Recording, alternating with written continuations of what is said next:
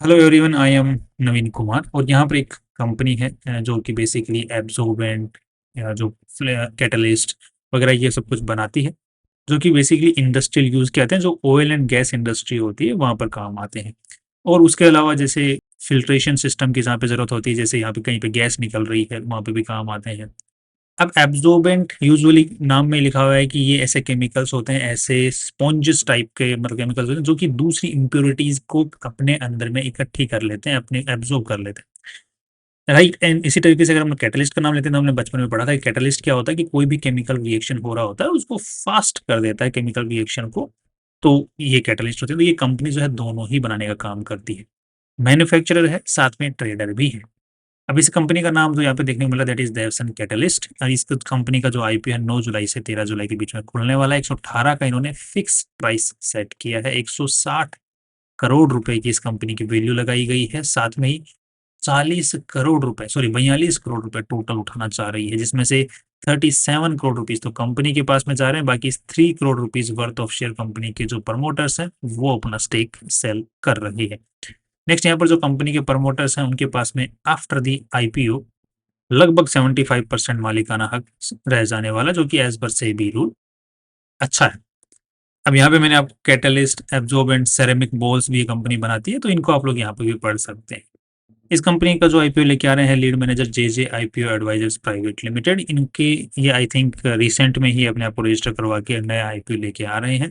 इनकी पास का track record यहाँ पर देखने को नहीं मिल रहा है। नेक्स्ट यहाँ पर कंपनी की जो आज के दिन हवा बन रही है, राइट, जीएमपी प्राइस तो वो काफी अच्छी बन रही है, 40% की तरफ में बन रही है, जो कि शुरुआत में जब इस आईपीओ की इनिशियली इन्फॉर्मेशन आई थी तो 6-7% के आसपास में थी। तो ये बाद में अभी क्या हवा बन रही है कि बनाई जा रही है, ये थोड़ा समझना मुश्किल है, बिकॉज़ यूजुअली कई कई कंपनी अच्छी होती हैं तो लिस्ट होने से पहले मतलब इन्फॉर्मेशन आते ही उनकी हवा बहुत अच्छी बनती है, तो बाद में क्या होता है यूजुअली बनाई जाती है। तो ये थोड़ा-सा समझना पड़ेगा हमें। नेक्स्ट कंपनी की जो एंकर इन्वेस्टर्स हैं उनकी लिस्ट भी यहाँ पर देखने को मिल गई है। यहाँ पर देखने को मिला इंडिया मैक्स इन्वेस्टमेंट फंड 32% तो इसको पहले को अलॉट हो गया है। ये एक एफआईआई है, ध्यान रखना। ये एक एआईएफ है, ये एआईएफ है, ये एफआईआई है। अब मेरे को कैसे पता ये सब, क्योंकि सेबी वेबसाइट के ऊपर में आप खुद भी जाके चेक कर सकते हैं इनका फंड, इनका नाम लिख के कि कौन सा एफआईआई है, कौन सा एआईएफ है। एआईएफ एफआईआई में कुछ ज़्यादा फ़र्क नहीं है, मतलब इंडिया के बाहर जो कंपनियाँ प्राइवेट इक्विटी फंड्स होते हैं वो एफआईआईज़ हो जाते हैं जो इंडिया के बाहर लिस्टेड हैं, और जो इंडिया के अंदर में लिस्टेड है under AIF categories, under category 1, 2 और 3। जैसे प्राइवेट इक्विटी जो इंडिया में रजिस्टर्ड होती है उनको 3 कैटेगरी में बाँट दिया जाता है, एआईएफ 1, एआई 2, एआईएफ 3। अलग-अलग नाम भी होते हैं उनके, बट मोस्टली इनको इन 3 कैटेगरीज़ में बाँटा जाता है। तो ये एआईएफ कैटेगरी 2 और 1 के बेसिकली लोग होते हैं जो कि एआईएफ है, जैसे ये वाला कैटेगरी 2 का है, ये वाला कैटेगरी 2 का है, राइट? अब मैं इसमें और ज़्यादा आपको एक्सप्लेन नहीं करूँगा बिकॉज़ ऑब्वियसली ये इस आईपीओ से रिलेटेड वीडियो है। इसके इसके बारे में हम डिटेल में जो चर्चा होती है फंड्स के बारे में, वो अलग वीडियो में करने की कोशिश करेंगे कभी।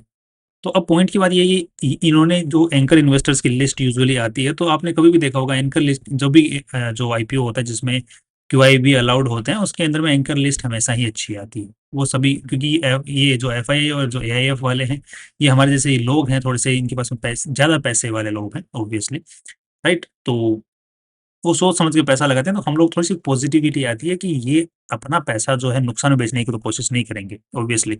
अब ये भी एआईएफ भी क्या होते हैं, ये म्यूचुअल फंड टाइप फंड ही होते हैं, तो इनको भी एक फंड मैनेजर होता है और इनमें पैसा लगाने वाले दूसरे लोग होते हैं, तो अल्टीमेटली ये सेम म्यूचुअल फंड वाला ही गेम है। यहाँ पर काफ़ी सारे एआईएफ्स, बहुत सारे एआईएफ ऐसे हैं जो कि नुकसान में ही हैं, राइट? तो ऐसा मत समझना कि कभी एआईएफ्स ने पैसा लगा रखा है या फिर एफआईआई वालों ने पैसा लगा रखा है, तो वो परफ़ॉर्म करेगा ही stock, it's not necessary. Yes, उनमें थोड़ी पावर है, बट नेसेसरी नहीं है कि वो अल्टीमेटली परफ़ॉर्म करेगा ही। बट इस आईपीओ की हवा भी अच्छी बन रही है। एफ एफआईआईज़ का भी यहाँ पे नाम आ गया है। नेक्स्ट यहाँ पर देखने मिल रहा है कंपनी जो पैसे उठा रही है, वो किस पर्पज़ से उठा रही है, that is the main thing. यहाँ पर जो पर्पज़ नज़र आ रहा है that is capital expenditure, that means अपने आप को और ज़्यादा बड़ा कर रही है और मैन्युफैक्चरिंग कैपेसिटी बढ़ाना चाहती है। मोस्टली उसमें पैसा जा रहा है। दूसरा फिर मैन्युफैक्चरिंग कैपेसिटी बढ़ेगी तो वर्किंग कैपिटल भी बढ़ाना पड़ेगा, माल, रॉ मटेरियल खरीदने के लिए वगैरह। तो उसमें पैसा जा रहा है, दैट मीन्स कि अच्छी है, मतलब फ्यूचर के अंदर में कंपनी की प्रोडक्शन बढ़ेगी, रेवेन्यू बढ़ने की उम्मीदें हैं, दैट इज़ गुड थिंग। तो दोस्तों हम बैलेंस शीट के ऊपर में नज़र डालते हैं, तो यहाँ पर देखने को मिल रहा है कि टोटल बैलेंस शीट की साइज़ इज़ 41 करोड़, राइट? ये लैक्स में डेटा है। एंड यहाँ पर जो इन्वेस्टर्स का पैसा इस कंपनी में लगा हुआ है that is around 33 crore. That means mostly balance sheet की जो साइज है वो इन्वेस्टर्स के पैसों की ही, उसके अलावा ज़्यादा उधारी का यहाँ पर पैसा कम है। So debt to equity ratio before the IPO is good. उसके अलावा कंपनी ने माल भी थोड़ा बहुत उधारी में उठा रखा है, that is completely a normal balance sheet.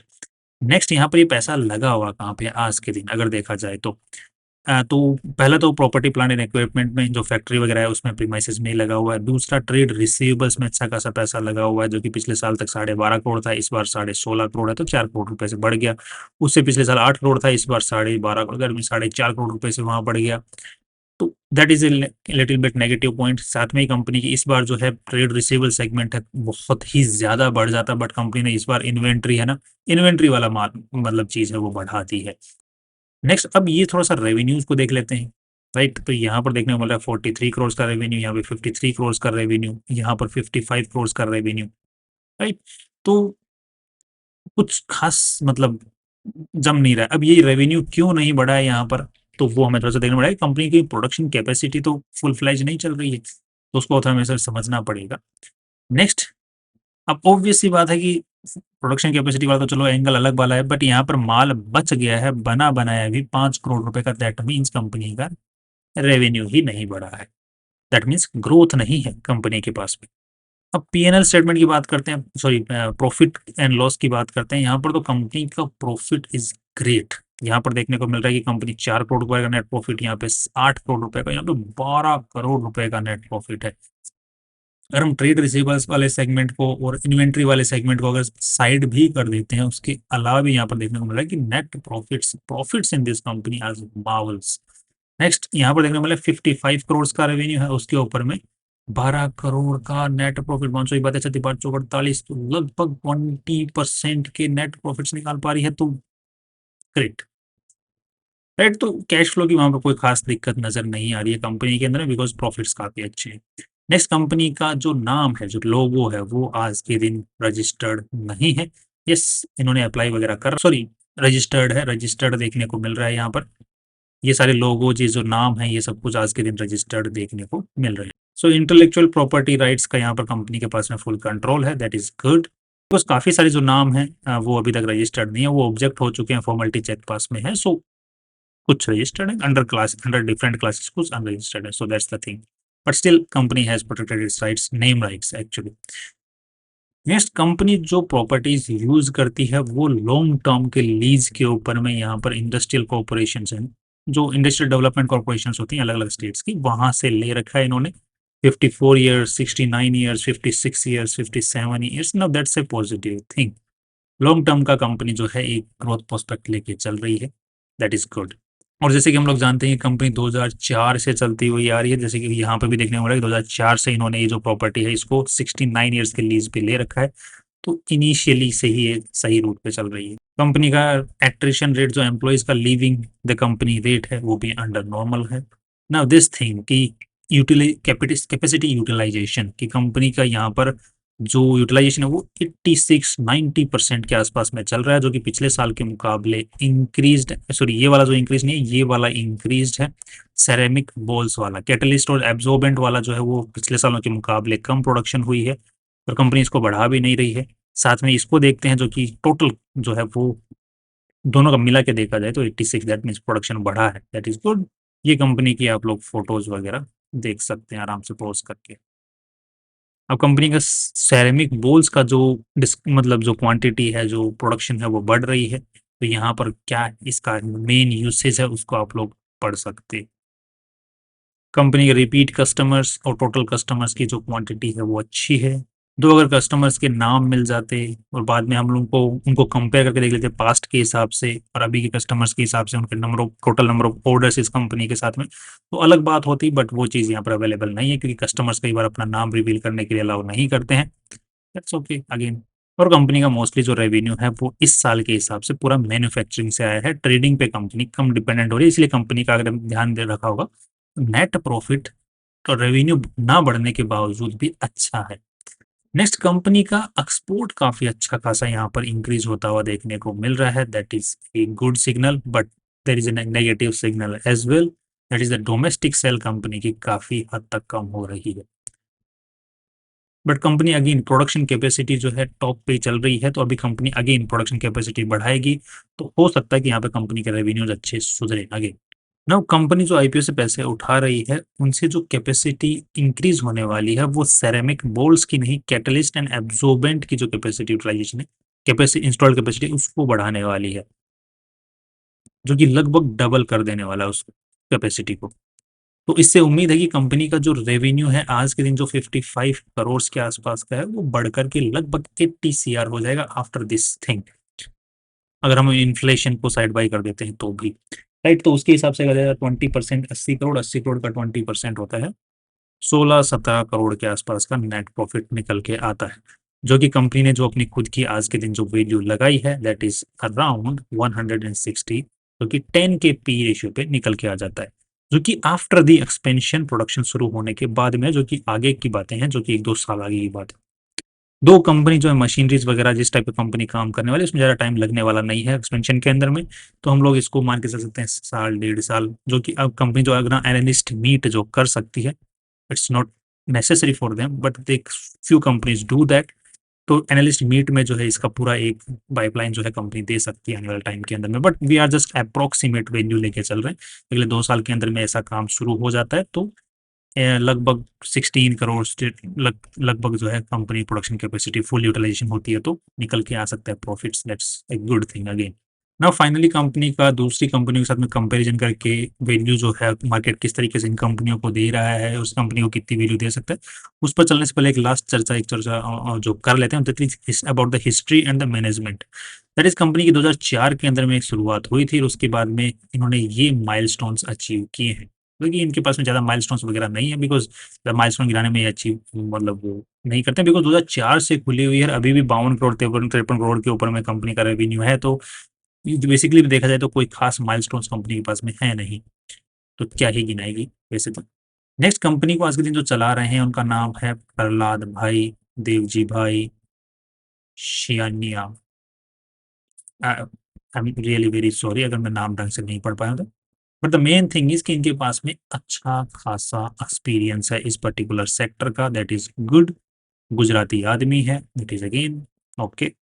But the main thing is कि कंपनी से सैलरी कितनी उठा रहे हैं, तो ये 8 लाख रुपए पर मंथ इस कंपनी से आज के दिन सैलरी ले रही है, उसके अलावा कोई खास कमीशन वगैरह नहीं ले रहे हैं, बिकॉज यूजुअली क्या होता है, कुछ जो मैनेजर्स वगैरह होते हैं, प्रमोटर्स वगैरह होते हैं, वो परसेंटेज लेते हैं सेल के ऊपर में एज वेल, इनको नेट प्रॉफिट से कोई ज़्यादा खास फर्क नहीं पड़ता, तो वो एक कंपनी के लिए खराब चीज़ हो जाती है, तो ऐसा कुछ यहाँ पर देखने को नहीं मिला है। सिर्फ उसी पर्टिकुलर थिंग के लिए मैं यूजुअली ये वाला जो डेटा है उसको देखता हूँ कि मैनेजमेंट जो है वो कंपनी को लेकर के कितना सीरियस है। अगर वो नेट प्रॉफिट पे कमीशन ले रहा है, सैलरी कितनी ज़्यादा उठा रहा है, तो वो थोड़ा सा एक रवैया दिखाता है मैनेजमेंट का कंपनी के प्रति, जो कि फ्यूचर में आकर के हमें देखने को मिलता है नंबर्स में भी, तो वो हमें इनिशियली पता चल जाता है कि रवैया कैसा है। यहाँ पर रवैया जो है वो ठीक नजर आ रहा है। नेक्स्ट कंपनी की आरएसपी के अंदर में कोई भी ऐसी कंपनी बोल रहे हैं कि ऐसा हमारे जैसा काम करने वाली कोई कंपनी नहीं है, तो कंपैरिजन हमारे लिए करना मुश्किल हो जाएगा इसका दूसरी लिस्टेड कंपनियों के साथ में। ऑब्वियसली चित्तौड़गढ़ जो वेबसाइट है उन्होंने ज़रूर यहाँ पे पीयर ग्रुप में कुछ बता रखे हैं, जो कि स्पेशलिटी केमिकल में भी रिसेंट के अंदर में लिस्ट हुए हैं, बट वो अगेन इसके पीयर ग्रुप के नहीं हैं। तो हमें जो है ऑन जजमेंट पे ही चलना पड़ेगा, कंपैरिजन के लिए हमें हमारे पास में कंपनीज नहीं है। नेक्स्ट, अब ऐसे तो मैंने चैट जीपीटी से पूछने का कोशिश किया कि जो इस सेगमेंट के अंदर में ऐसी कौन सी लिस्टेड कंपनियां हैं, बट इसने एक नाम भी काफ़ी कंपनियों के बताए हैं, बट अगेन इनका पीयर टू पीयर ग्रुप के अंदर में एक रिव्यू करना मुश्किल है, बट अगेन इनका अगर हम लोग पी रेशियो कुछ कंपनियों का देखते हैं तो किसी का 70-80 पे के आसपास में भी जा रहा है, किसी का 20-30 के आसपास में भी देखने को मिल रहा है। Let's come to this particular company again. तो अब टोटल मिला के अब मोटा-मोटा अगर तौर पे अगर हम लोग देखने की कोशिश करते हैं इसको, तो पी रेशियो अगर इसको इस साल के नेट प्रॉफिट के हिसाब से अगर मार्जिन ऑफ सेफ्टी भी लेके चलें 10 के हिसाब से, तो भी 16 का पी रेशियो निकल के आता है, जो कि अगेन अच्छा है। नेक्स्ट, अगर हम लोग जैसे कि थोड़ा सा डिस्कशन किया था बीच in the middle of the video, तो वहाँ पर 10 का पी रेशियो निकल के आ रहा था after the companies expansion and everything, तो 10 का पी रेशियो भी अच्छा है, दैट मीन्स ग्रोथ अच्छी हो सकती है। नेक्स्ट, कंपनी का मैनेजमेंट ठीक लग रहा है, ग्रोथ यहाँ जो मैनेजमेंट है थोड़ा ढीला है ऑब्वियसली, एंड अभी जो प्रोडक्शन कैपेसिटी बढ़ा रहा है, तो हो सकता है कि प्रोएक्टिवनेस वहाँ पर आए। एंड कंपनी में कोई खराबी नज़र नहीं आ रही, मैनेजमेंट में कोई खराबी नज़र नहीं आ रही है, कंपनी का जो नाम है, इंटेलेक्चुअल प्रॉपर्टी राइट्स हैं वो प्रोक्योर्ड मतलब सिक्योर्ड लग रहे हैं, मैन्युफैक्चरिंग जो कैपेसिटी यूटिलाइज मतलब जो कंपनी की फैसिलिटीज़ हैं वो ओन्ड या फिर लॉन्ग टर्म की लीज पे देखने को मिल रही है इंडस्ट्रियल ऑर्गेनाइजेशंस द्वारा। अगेन नाइस, नंबर्स अच्छे हैं एंड इन जो इन्वेंट्री प्रॉब्लम है और जो ट्रेड रिसीवेबल प्रॉब्लम है वो कंपनी के नेट प्रॉफिट्स के सामने छुप जाती है, तो कैश फ्लो इश्यू भी नहीं है। तो मोटे-मोटे तौर पे कंपनी अच्छा कर रही है और फ्यूचर में और अच्छा कर सकती है, स्लो ग्रोथ आ सकती है, राइट? तो अब ओवरऑल क्या हमें लिस्टिंग गेन मिलने की उम्मीदें हैं? यस, नंबर्स को देखते हुए ज़रूर, बिल्कुल मिलने की उम्मीदें हैं एंड शॉर्ट टर्म में अच्छा परफॉर्म यस कर सकती है। क्या फ्यूचर में इस इंडस्ट्री के रहने की उम्मीदें हैं? यस, इस टाइप की जो कंपनियाँ उसके पूरे-पूरे तौर पे रहने की उम्मीद है। बिकॉज़ इंडस्ट्रियलाइज़ेशन जैसे-जैसे बढ़ेगा, एब्ज़ॉर्बेंट, कैटलिस्ट इनकी ज़रूरत पहले भी थी, आगे भी बहुत ज़्यादा रहने की ही उम्मीदें हैं। सो लॉन्ग टर्म का अप्रोच मेरे को एक कंपनी में ठीक लग रहा है। So my personal view, I am positive in the long term, short term, and the listing gain in this company. That's all about from my side in the about this company. And finally, see you tomorrow.